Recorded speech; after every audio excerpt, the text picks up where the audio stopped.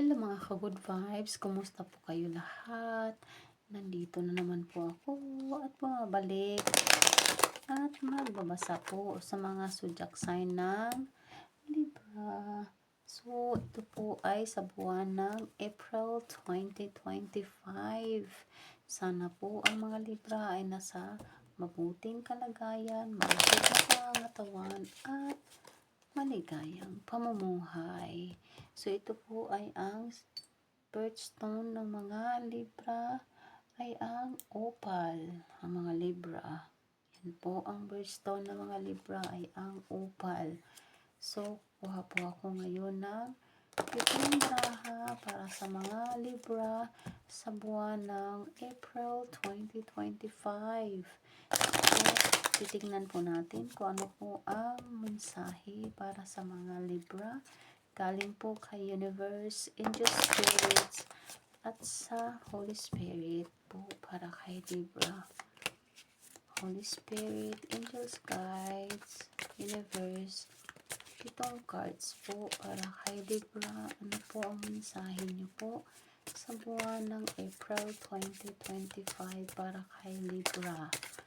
So, pitong baraha lang po ang pupunin natin kung ano po ang mensahe para sa mga Libra sa buwan ng April 2025.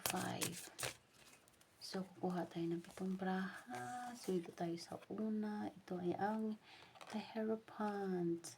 So, ito sa pinakadulo ay ang susunod ay ang Knight of Pentacles. Pinakagitna ay ang Ace of Cups. Pinakauna naman, The Devil. At sa pinakadulo uli ay ang Temperance. Pinakagitna ay ang The Lovers. Pinakauna, susunod ay ang Page of Cups. At ang pinakalas, 2, 4, 6, pinakalas ay ang The Stars. So, mga Libra, ito po ay mensahe po para sa mga Libra, galing po sa mga Holy Spirit, Angels, Guides, at the Universe para kay Libra sa buwan ng April 2025. The Hierophant, Knight of Pentacles, tsaka si Ace of Cups. Alam niyo po mga Libra, kung nasa call center po kayo na trabaho, may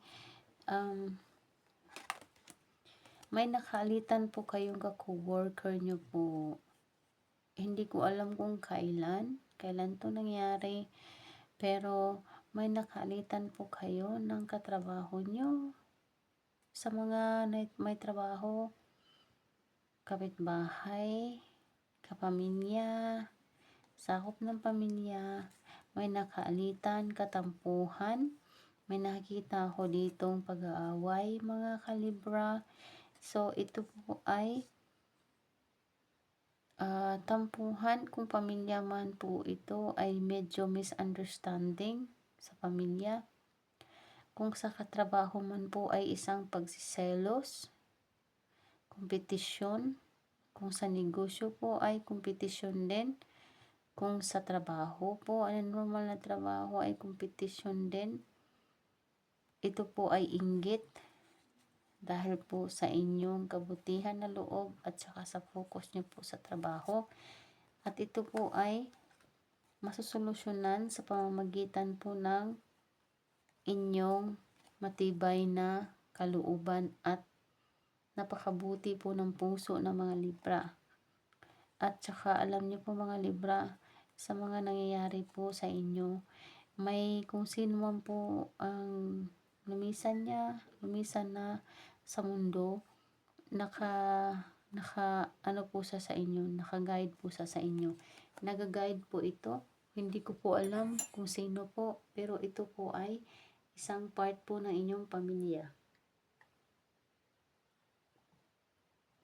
Ito po ay part ng inyong pamilya na naka-guide po sa inyo, nagmamasid po sa inyo, bawat kilos nyo po, bawat hamon ng inyong pamumuhay, ito po ay naka-guide po sa inyo. kung saan po kayo naglalakbay. Kina-guide po kayo nito at pinoprotektahan po kayo, mga Libra. So, ang mga Libra sa buwan ng April ay broken-hearted. Pasensya na po. May nakikita lang po kasi akong nasasaktan dito eh. Sa mga Libra ay isa po ay may nakita po akong Libra dito na broken-hearted po. Hindi porke broken-hearted ay ano to, karelasyon, jowa o ano man. Is nasasaktan po ang mga Libra dito ay yung puso nyo po ay nasasaktan. Hindi po lahat ay broken-hearted porque broken-hearted po ay ito po ay isang pag-ibig na ng kanyang jowa o kanyang asawa. Nagdepende po yan, pero na may broken-hearted po ako, nakikita po ako dito. Pero makamove on naman po kayo kaagad. Hindi naman po lahat ng broken-hearted ay malulung po kayo sa sitwasyon na porque broken-hearted ay maapektuhan in the snap.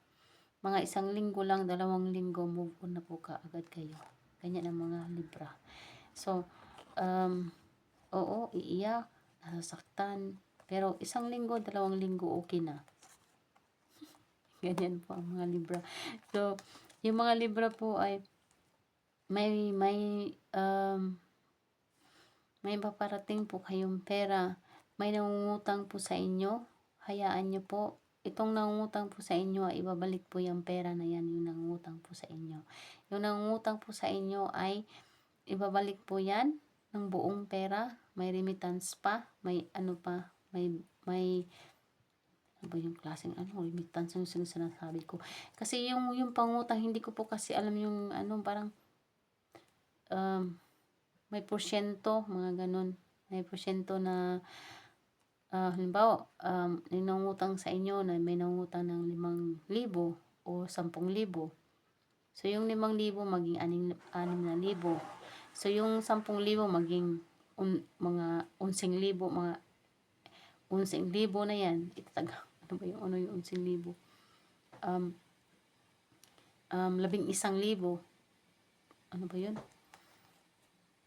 Ayaw ko kasi masyadong mag-English ito kasi Pilipino tayo. Kasi, kaya sinasabi ko to ng lingwahe natin. Bisaya po ako pero I tried my best na itatagalog ko to lahat. Kasi Pilipino tayo. So yung mga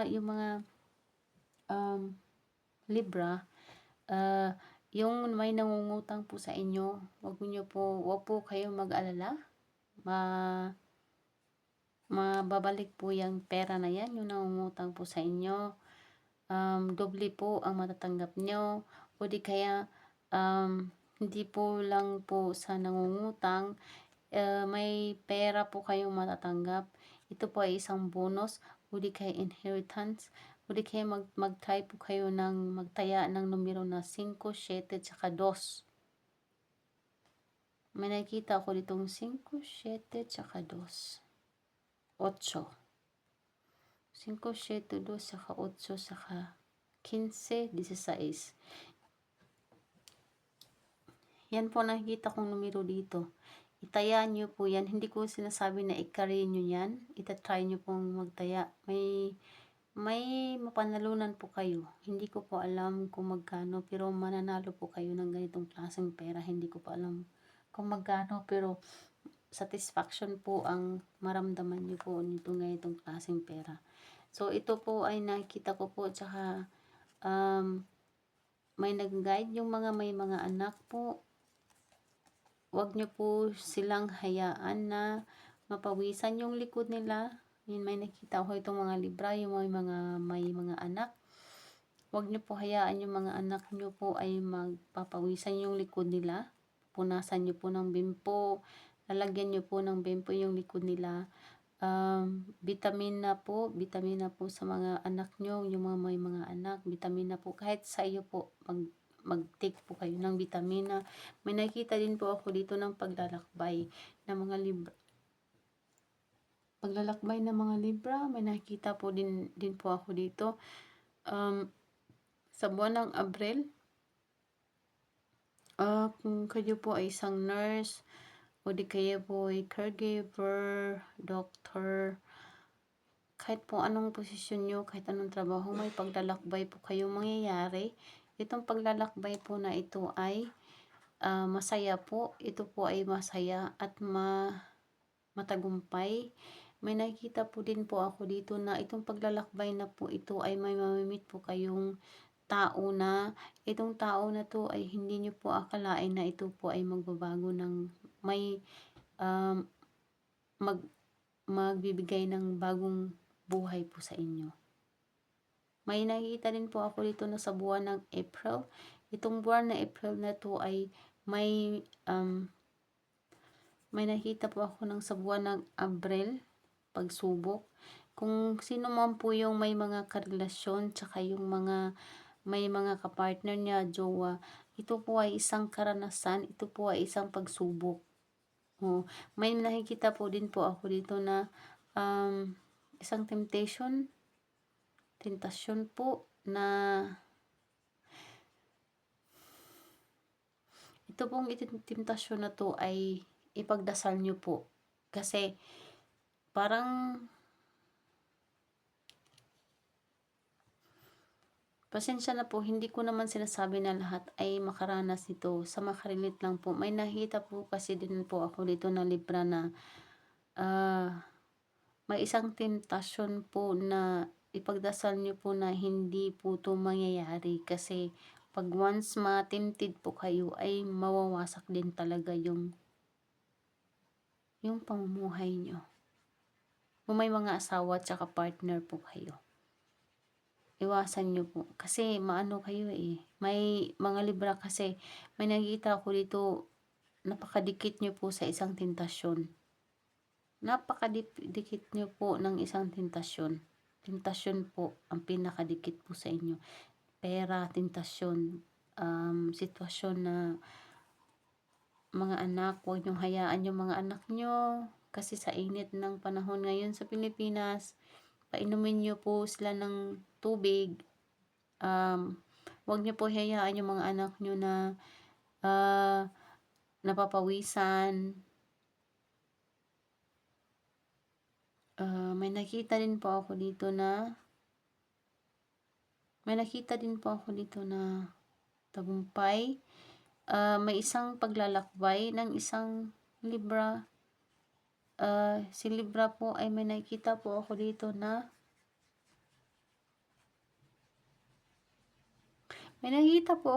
isang online.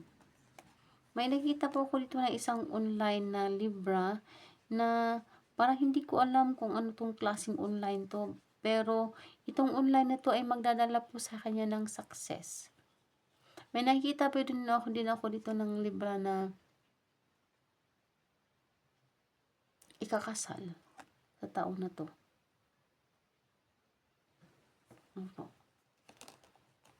Ang ganda. Hindi naman po halos lahat negative. Maganda ha. So, yan lang po muna. So, kuha po ako ng 3 braha dito na galing kay Universe. So, 3 braha po.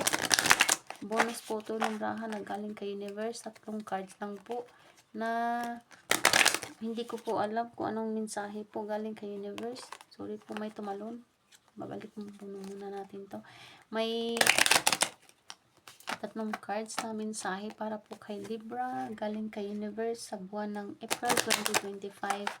Hindi ko po alam kung ano po ang mensahe ni Universe para kay Libra sa 2025 buwan ng April. Kukuha po ako ng 3 braha. Universe, ano pong mensahe niyo po? Bonus na mensahe para po kay Libra sa buwan ng April 2025. So, 3 cards. May tumalon. 2. So, isa na lang. Kukuha tayo ito ng una. Ayan. So, may tumalon kayo ng 2. Kukuha natin ng una. Wow. Positive. The stars. A new beginning. The universe.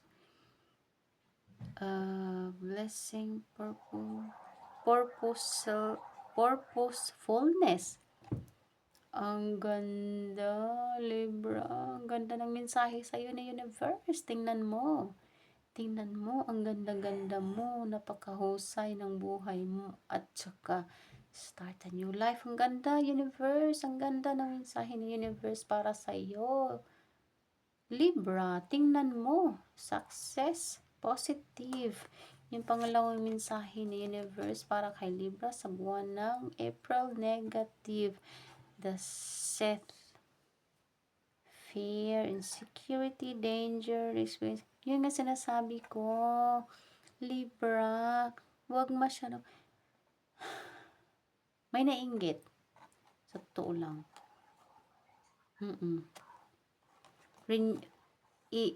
Ano mo kung ano yung sinasabi ko kanina sa una. No? Libra, negative, hindi naman kasi lahat laging good. May halo naman kasing mga negative. Kanya ng buhay ng tao, hindi lahat perfecto. So, negative yung pangalawa, yung last naman, negative na naman, the cross, showing down, reduction, saka austerity. Hindi naman po lahat, porque negative yung pinaka-last na mensahe ni Universe para kay Libra. So, huwag kayo mapa-apekto.